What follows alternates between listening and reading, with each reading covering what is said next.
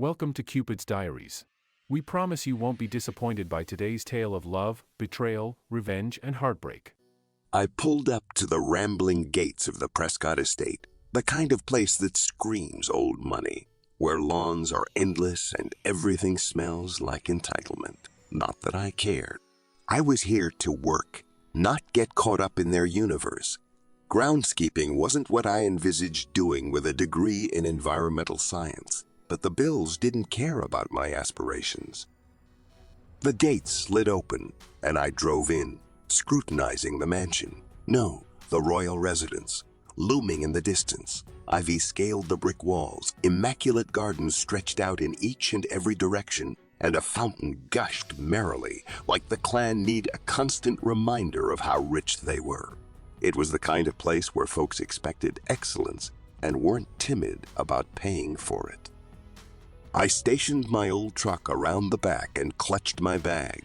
As I made my way to the personnel entrance, I could feel the weight of the dwelling's luxury pressing down on me, like I was walking into an alternate realm. A world where I didn't entirely fit, but I was about to play my part at any rate. Excuse me? The voice was sharp, strident, and drenched in entitlement. I glanced up to see her standing there, arms crossed, an expression of disgust on her impeccably made-up face. Elena Prescott, the daughter of the house. She was definitely what I expected. Blonde, with the quality of clothes you only see in fashion magazines, the sort that costs more than what I make in a month, or maybe a year. You have to be the new groundskeeper. She sneered, looking me up and down like I was something she'd rubbed off her designer shoe. I didn't realize they let random people onto the premises. I met her gaze serenely, disallowing her to get beneath my skin. People such as her. People who had the whole shebang handed to them on a shiny platter. Didn't intimidate me. I dealt with the worst. I straightened up and gave her a bow. "Marcus," I said straightforwardly, "I'll be overseeing the grounds." Marcus? She repeated, her nose puckering like she couldn't believe I had the boldness to speak. And here I thought they hired experts, not whatever you represent. She was intending to push me, provoke me. It was unmistakable from the way her lips twisted in delight, like she was used to folks groveling under her verdict. She was in all probability expecting me to stutter an apology or get agitated, but I wasn't close to giving her that. "Just doing my job," I said, keeping my voice even, polite but firm. "If you'll excuse me, I've got a lot to accomplish today." Elena's eyes narrowed.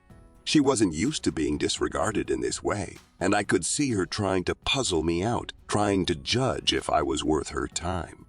For a brief time, she looked almost lost, like she wasn't positive what to make of somebody who didn't fall all over themselves to satisfy her. But she recovered hastily, tossing her hair over her shoulder and giving me a contemptuous wave. Right. Well, don't mess everything up. She said, turning on her heel and prancing away, her heels clacking against the stone pathway. I watched her withdraw, a strange mix of amusement and compassion arising inside me. She might have all the wealth in life, but it didn't get her any happiness. Her aloneness was virtually seeping out of her, camouflaged by that cold facade. But it wasn't my dilemma. I had a task to do, and I wasn't about to let some overindulged heiress get in my way.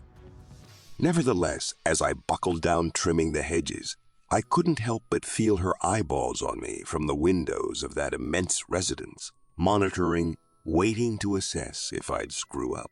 She might have overlooked me as the mere groundskeeper, but something about our discourse had unsettled her. Maybe it was the way I didn't grovel, the way I held my ground.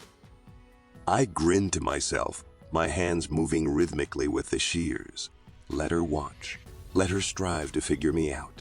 I wasn't here to convince anyone, least of all Elena Prescott. It had been a meager 2 weeks since Edward Prescott departed for one of his substantial business travels, leaving the home in the hands of his little girl and the rest of the employees. including yours truly. And in that 2 weeks, I'd become her preferred victim. Day after day, it was one thing or another. Marcus, the lawn looks uneven. Elena said one afternoon, stationed at the balcony in some preposterously high-priced clothing. She hardly gazed away from her phone as if I wasn't even worthy of her whole focus. Are you at all carrying out your work? My father won't be happy to see the lawn in this condition. I regarded the lawn, the one I had painstakingly mowed at dawn. It was faultless. Like everything else on this property that I made sure ran without a hitch. But it was unproductive to quarrel with her. She wasn't looking for wisdom. She was trying something, everything, to remind me I was inferior to her. "Of course, Miss Prescott," I replied smoothly, keeping my tone courteous. "I'll handle it." She was not capable of saying thank you. She, not once, did. Just tossed her blonde locks over her shoulder and retreated inside without one more word. This was the way it had been each and every day. Little criticisms, thinly veiled taunts, a persistent contest of power where she sought to remind me of my position as if I did not already understand it. I was the dude clipping hedges and mending sprinklers while she idled by the pool or flew from one shopping excursion to the next. Nevertheless, I wasn't about to enable her to get beneath my skin. I had pride in my work, regardless of what it was. Besides, I could see something inside Elena, something more than her frigid exterior. The manner in which she picked at everything, the way she scowled at me whenever I didn't respond the way she anticipated. It wasn't about the lawns or the property. It was concerning her. She was lonesome. At the outset, I just supposed she was pampered, used to everyone bending over backwards to indulge to her every impulse. But after watching her pace that mansion day by day, growling orders at each person who came near, I started to perceive something further. Frustration. She criticized everything in view of the fact that she had nothing else to concentrate on. Marcus. I sighed. Here we go once again. I sauntered up to where she was positioned by the swimming pool. Her eyes latched on me like I was some enigma she couldn't quite decipher. "Yes, Miss Prescott." She crossed her arms, that customary look of contempt flashing across her facial expression. The plants by the fountain look incorrect. Did you plant the flowers like that deliberately? "The flowers?" I repeated, glancing at the immaculately arranged blooms. "Yes, Miss Prescott. They're balanced, just as the design plans detailed." Well, I can't stand it. She snapped, her voice sharper than normal. Fix it. I nodded, staying serene. "I'll look into it." I turned to go away, but something halted me. I wasn't positive about what it turned out to be. Possibly it was the manner her shoulders slouched the second I strolled away, the way she gazed at the blooms like they were her private adversaries. "Is everything okay?" She shot me a look that could destroy. What? Why would you question me about that? "You seem agitated." Agitated? Why would I be tense? My father's gone for weeks. I'm alone here. Why should I be tense? There it was. That frustration I'd seen boiling underneath the surface. I observed her for a minute, the fight emptying out of her before my very eyes. You ever been solo for weeks on end? She asked suddenly in a gentle voice. In a house this big, it's like being imprisoned. There aren't any people here. No one of value, at least. I hadn't anticipated her to be open. Not like this. But something about how she regarded me then, like she was trying to determine if I was worth trusting, drove me to listen. My dad, he's never near. She continued, her gaze fixed on the sparkling pool water. He's always gone, always doing something essential. When he is around, he's dominating everything, telling me how to exist, who to talk to, how to dress. And when he's absent... Her voice faded, and she shook her head. When he's not there, it's just hollow. I didn't understand what to say initially. I was not used to seeing this part of her, the side that wasn't all jagged edges and spoiled. It was like, for the first time ever, she wasn't the entitled heiress of the Prescott estate. She was someone who was not capable of dealing with the silence. "That sounds harsh," I answered, my voice low, attempting to keep it straightforward. I wasn't here to repair her troubles. Nevertheless, I understood, more than she realized. Yeah, well, She mumbled, brushing a piece of hair behind her ear. it is. I stood there for a minute more, observing her. For the first time I came, I didn't perceive her as this inaccessible, wealthy young woman. I saw somebody who, in a way, was as stranded as I was, confined in her own universe, attempting to figure it out. Likely, that's the reason why I didn't walk away on this occasion. Perhaps that's why I stopped. For the reason that, even though she had the whole shebang, she didn't have the single thing that counted. She didn't have liberty, not the kind that enables you to be who you crave to be. And I was able to discern it now, behind all the barriers she constructed around herself. Elena Prescott wasn't that dissimilar to me. I saw Elena by the fountain one afternoon. I had just finished clipping the hedgerows. She didn't spot me at first, and I questioned whether or not to address her. Before I decided, she whirled and caught my gaze. Marcus, come over here. She said, her voice gentler than normal. I cleaned my hands on a cloth and walked to her. "Everything good?" She glanced at the fountain, her fingers trailing the stone edge distractedly. Why are you here? "I work here." No, I mean, why are you working this job?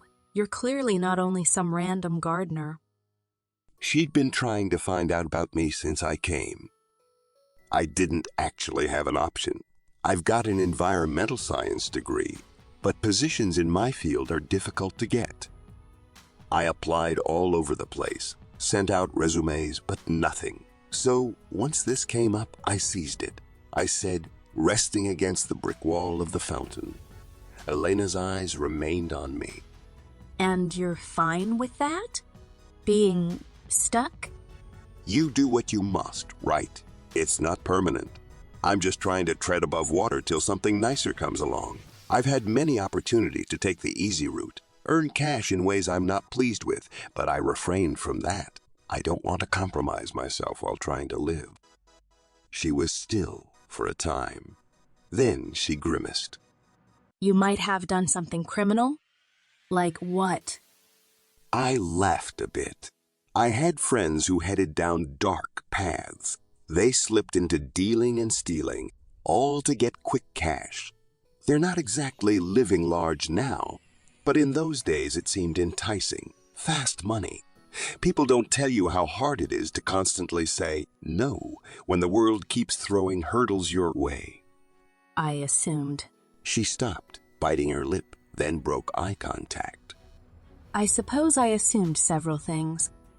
I raised an eyebrow. What did you imagine? That you were some dude who didn't try too hard. That you were satisfied with being here. I thought you weren't good enough. I laughed because it was so candid, not because I was amused. At least she wasn't faking any longer. I assumed you saw me like that. She looked mortified, which was new. Elena Prescott didn't commonly lower her guard down. Yet she was standing before me, acknowledging her flaws. That was something. I've been kind of a holy terror, haven't I? She asked. No sugarcoating it. You've had moments.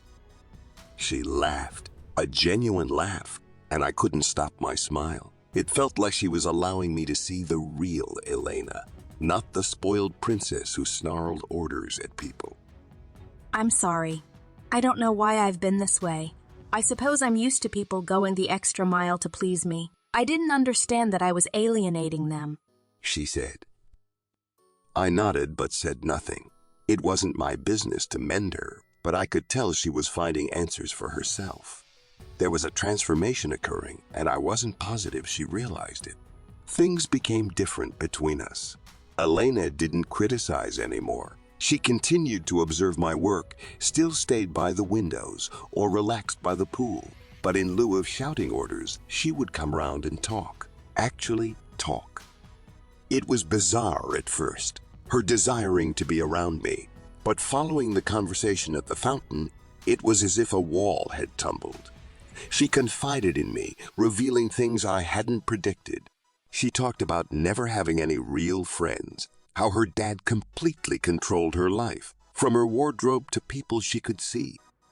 I'm just an accessory to him. He doesn't care what I need. I'm a doll he adorns and parades around at business functions. She admitted one night as we stood in the garden. I didn't respond. It was tough to imagine life like that, being someone's pawn. I realized she was trapped, confined in the same way that I was stuck here, working at a job I never wanted to make a living. You ever think about getting out? Do something for you? I asked quietly, facing her. I could tell she hadn't considered the idea previously. Leave? And go where? I shook my head. Anywhere you want. You don't need approval to have a life. Her eyes stayed on me.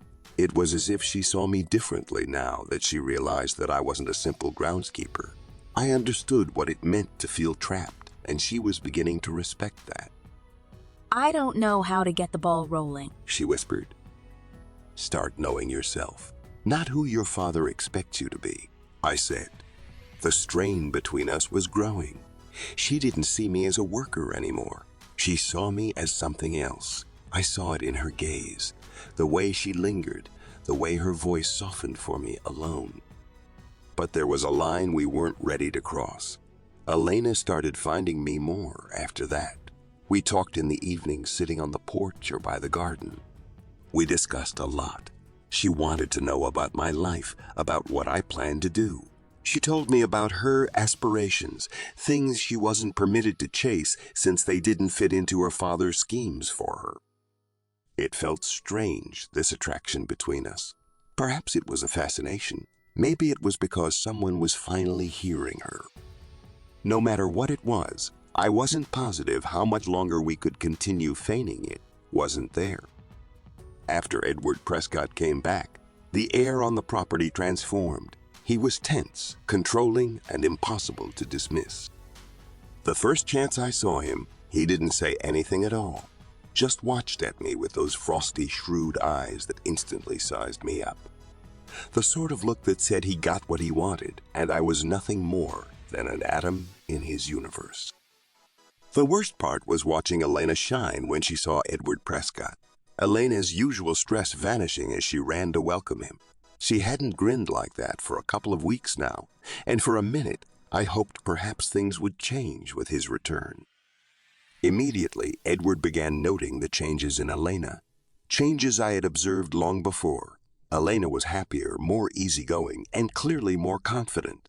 She wasn't snapping at workers or walking through the estate like a caged person. This made her dad mistrustful. It wasn't long before Mr. Prescott pieced two and two together. He concluded I'd had a hand in Elena's metamorphosis.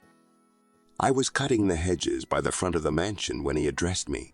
He didn't squander time with banter. Marcus, isn't it? He said. You've been spending time with my Elena. I stood up, meeting his stare. Yes, sir. He nodded, his eyes narrowed. And throughout that time, she changed. She's different. I didn't respond. I sensed where this was headed. He wasn't praising me for supporting Elena. No, this was another thing altogether. He said, Look, I recognize guys like you. You notice an opening, and you grab it. You imagine that because you're near Elena, you can close in on her, maneuver her into seeing you as someone you're not. I clamped my jaw, keeping my voice cool. With all respect, Mr. Prescott, I'm simply doing my work. Your job? He laughed. I question that, Marcus. You've violated your limits. Elena's not some ordinary girl. She's way out of your league. I won't allow you to stuff her head with bad ideas. I stayed quiet. I didn't matter. To Mr. Prescott, I was the person mowing his lawn. Nothing more. Let's be clear. Mr. Prescott continued. Avoid Elena. You two have no business. She's better without the likes of you worming his way into her life. There it was. The power move. The warning. The threat. He was attempting to get me in a box. I was powerless. Understood, sir, I said. I forced respect into my tone. I'll stick to mowing. Good, he said. Don't fail to remember your place, Marcus. I couldn't care less how much Elena grins at you or the time she passes with you. You are a lackey in her world. He walked away. I gripped the shears tighter than necessary. Later that night, Elena found me. She already recognized something wasn't right. What did my dad say? She asked. I hesitated. He's unhappy about our time together. What does that mean? We're not doing wrong things. He's convinced I'm using you. He wants me far away from you. Elena's eyes widened. He said that? I nodded. I'm overstepping boundaries. She was frustrated. He doesn't understand. He does this, constantly trying to manage me. I'm not a child anymore. I watched her, feeling pain in my chest. I should withdraw. Allow her to sort things out. Elena, he's your father, I said carefully. He's caring for you in his way. She stopped pacing. He's not looking out for me. He's controlling me. He's trying to control this. This? I asked. What is this, Elena? She paused, looking lost. I feel like myself when we're together. I don't want that to disappear. I knew the risks. Edward Prescott wasn't someone to cross. I was risking more than my job. Elena, I said, you're stuck. I get it, but your dad's not wrong for worrying about you. And a face twisted. Are you agreeing with my father? No, I said quickly. I'm saying you have to choose what you need. Not for him, not for me. For you. She stared at me. I want to continue being with you, Marcus. I don't care what my father believes. This was about her, about us. I wasn't certain which steps to take. Elena, I started, but she closed the gap between us. I'm serious. She whispered. I don't care. I need you. This was dangerous, but I couldn't convince myself to back off. We'll solve this, I whispered, together. Arguing, I could hear them from the garden. Words too loud to tune out, even though that part of me wanted to. I knew this confrontation was going to come, had felt it building ever since Edward Prescott got back, but hearing it actually go down in real time made my chest tighten. Elena, you are not thinking clearly. Edward's voice cut sharp, cold, echoing through the opened windows. You're throwing away your future for what? A groundskeeper. I couldn't see them, but I could picture it. Elena standing up straight for once, in front of her father, for once not backing down, and Edward looming over her, furious indeed that his perfect little daughter was breaking free from his grasp. You don't get it, Dad. Elena retorted in a low, shaking voice that was steady with conviction. It's not about his job. Marcus is more than that. He's kind, he's real, and he actually listens to me. I twisted my stomach, leaning back against the side of the house and listened to her words. I didn't want to eavesdrop, but how couldn't I? She was defending me. She was standing up to the man who had built an empire, who controlled everything in her life, and she was doing it for me. Edward gave it no heed. You're delusional, Elena. You're young, naive. You think this infatuation will last? What happens when the thrill wears off? When you realize he can't give you the life you deserve? What happens when you end up heartbroken because you threw away everything for someone who doesn't belong in your world? I felt like he'd punched me in the gut, and I was standing several feet away from him. And the worst part, They mirrored thoughts I'd given some time to, doubts that I was pushing to the back of my mind. Elena's voice rose again, louder this time. No, Dad, I am not throwing away anything. And I am not some puppet you can pull the strings on. I am not living in a cage just because you think that is best for me. There was a long pause. The air hung thick with tension before Edward's voice cut through as sharp as ice. He'll only bring you pain. I'm warning you. I'll risk it, she responded. I stepped back from the house, my head reeling. Elena was fighting for me, for us. But what if Elena's father was right? What if this was a mistake? We came from completely different worlds, worlds that weren't meant to overlap. And no matter how much I wanted to be with her, I couldn't shake the feeling that I wasn't enough. She found me later, standing by the fountain, my hands shoved deep in my pocket, staring at the water, the thoughts swirling inside my head just as chaotic as the ripples. Marcus. She called softly, coming up beside me. She was tired. The wear of argument marked her face, flushed, but her eyes shone bright with resolution. You stood up to him, I said, not looking at her. Not yet. You really told him. I had to. He doesn't get to control my life anymore. I blew out a heavy sigh, running a hand through my hair. Elena, I overheard what your father said, and look, I care about you. A lot, but you're Elena Prescott, and I'm just the guy who mows your lawn. She frowned, stepping closer. You're not just anything, Marcus. That's the whole point. You're more than a job title. I finally turned then, facing her, looking into her eyes. But what if your father's right? What if all of this is just temporary? I don't want to be the guy who ruins your life. Insistent, she reached for my hand. You're not ruining my life, she said. You're the only one who's made me feel like I have a choice in it. Her touch sent a wave of warmth through me, but the doubts lingered on, gnawing at the edges of my mind.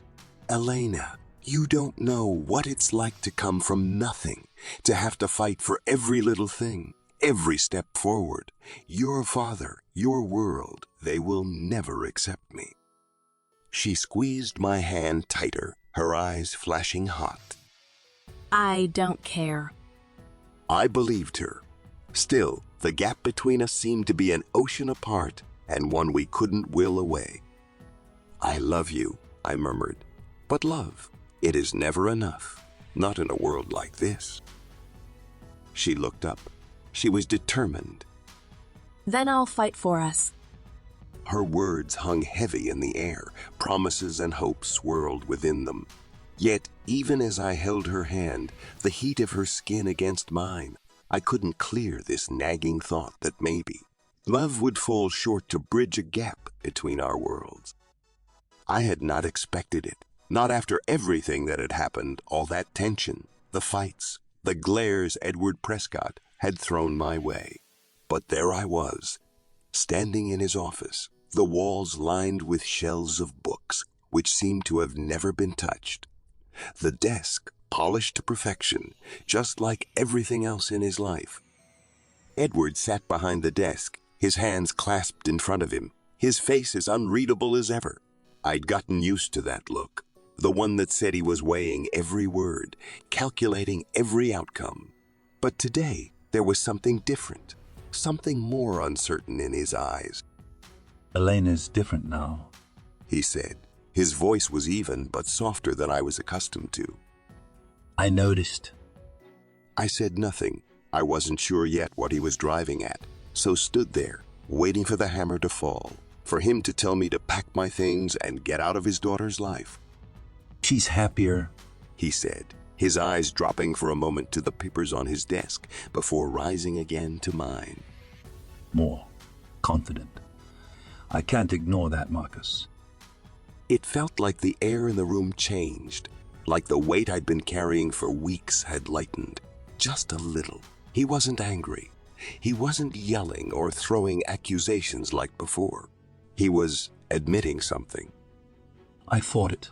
Edward said, easing his chair back so his fingers tapped the edge of the desk. I fought the idea of her being with someone like you. Someone who wasn't on her level. I set my jaw, clamping my mouth shut.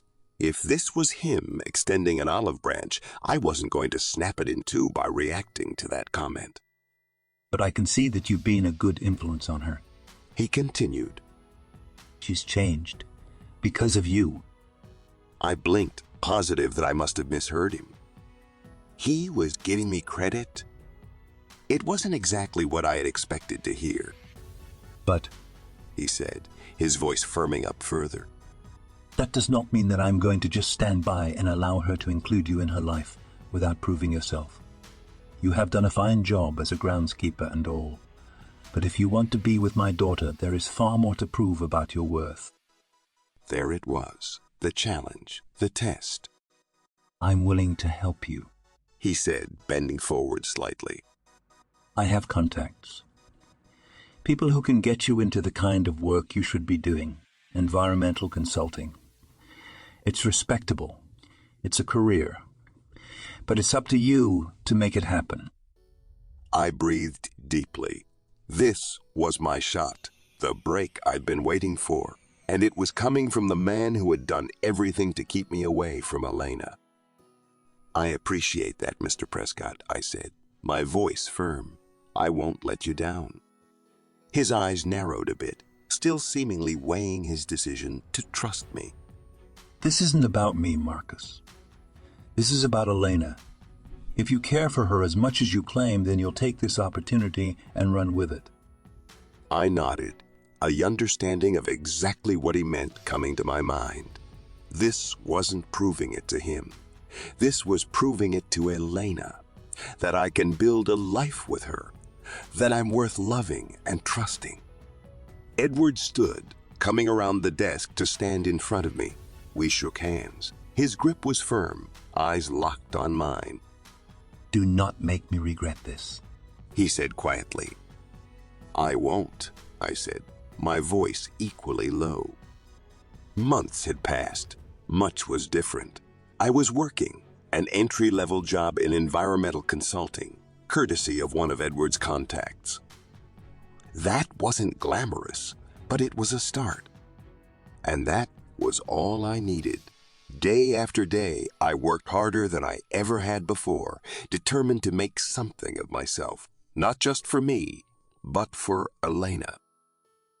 She'd stood by me through all of that, through long hours, early mornings, those moments when I was questioning whether I could actually pull this thing off, with every step forward, with every success.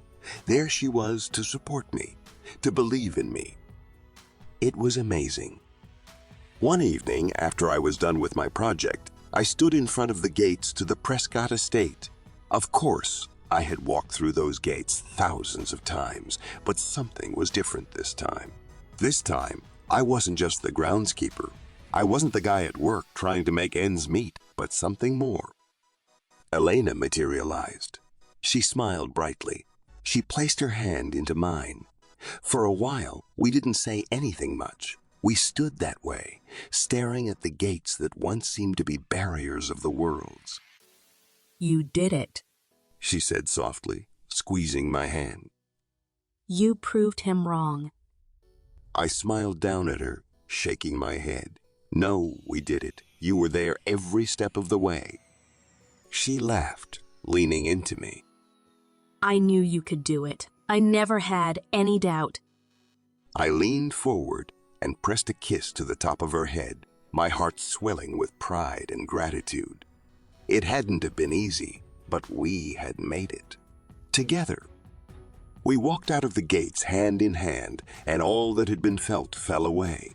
The doubts, the fears, the battles with her father were behind us. We walked into a new chapter in which we were equal, and nothing stood in our way. And then, for the first time, I knew with certainty that love really could bridge the gap between our worlds.